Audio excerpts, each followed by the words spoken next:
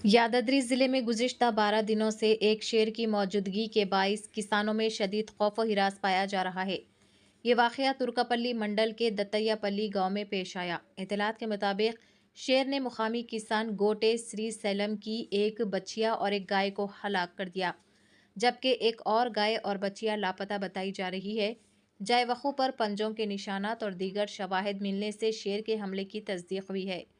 वाक़ये की इत्तला मिलते ही महकमे जंगलात के ओहदेदारान मौके पर पहुंचे, हालात का जायजा लिया और तफसीलात जमा की। जंगलाती हुक्काम ने गांव वालों को चौकस रहने और अकेले खेतों या जंगलाती इलाकों की तरफ न जाने की हिदायत दी है। शेर की नकलो हरकत के बाइस किसानों में तशवीश का माहौल है, जबकि महकमे जंगलात की जानिब से निगरानी बढ़ा दी गई है। मजीद कार्रवाई जारी है।